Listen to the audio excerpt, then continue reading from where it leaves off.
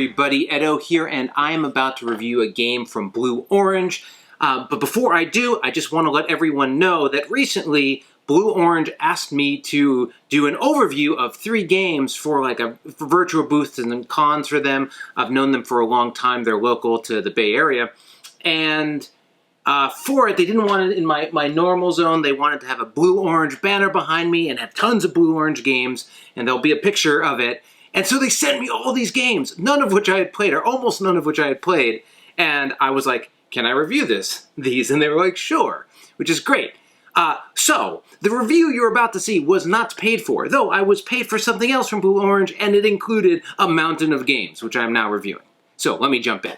And here we have Starlink, Sketch Through the Stars, and I have to say, what a delightful magic trick. This is one of those games that creates an experience that feels unique and interesting and fun, and just works, and it's super simple. There's a giant star map. I have half of it here. And players are going to receive a card, and on the card it says a couple things. It says skis or candy, and there's a number of stars. And each player has one of these dry erase markers, which amazingly, apparently you can make white dry erase markers. Mind blown, never seen that before. And you then have to look at all of the little dots and stars in the sky, and then you're making a constellation which you think looks like the object. So, I don't know. Watch me just fail here. With straight lines. So, this is terrible. But, maybe I'm trying to do candy like that. So you're sitting there trying to make it work, and the other players are trying to guess. And if they guess, you get points and they get points. That's the game. It's like Pictionary with stars, basically.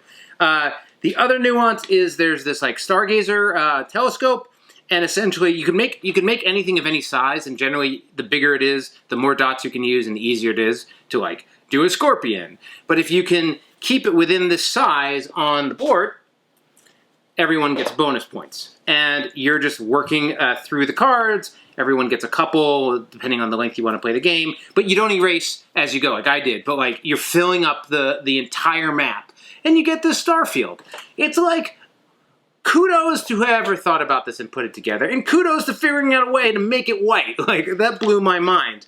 And it works. It's fun. This is any family coming over for a game night, especially if their kids are with them, but even with adults. It's hey, let's play this game. I think it, and the fact that it's a connect the dots image thing, no one's going to do a good job drawing a bear. Everyone's going to be and it works. Again, this is just one of those, somebody figured out a way for you to have the experience of making your own constellations, and it's awesome. Super awesome. I have a couple quibbles that I'll mention. One is when you get points, you use excess cards for points. So say this was worth 2 stars. I'd say I got it. I did a bird, or maybe an airplane, whatever. I drew it out. My wife gets it. She would get 2 points and I would get 2 points. And then you use the cards as the points. Totally fine. Not unreasonable. But what a missed opportunity to have little star tokens. I would have just done a 20 star tokens and called that a day. The other thing is, it's 3 to 6 players, only 2 of these. I would have liked more, not that you need them, but it's always nice. And these have probably the worst dry erase erasers I've ever seen. They're just awful.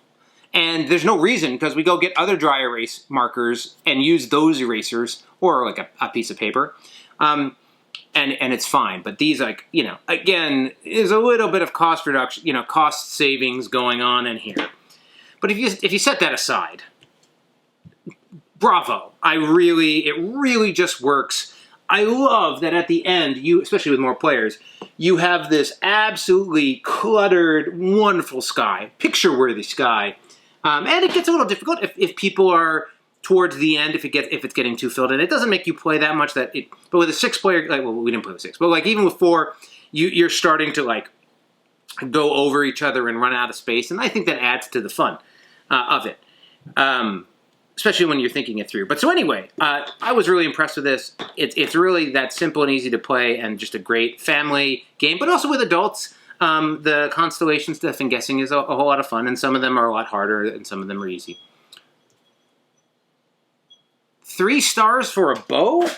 A bow is easy. I think maybe they don't know that we would do an archery bow as opposed to a hair bow. I don't know. Maybe that's harder than they think, but turtle would be a little tougher. Anyway, so this is Starlink. Hey everybody, Edo here, and thanks for watching Gaming with Edo. Reviews over here on this playlist, League and Insider videos over here on this one. Subscribe, share, all that good stuff. But most importantly, play some great games. Thanks.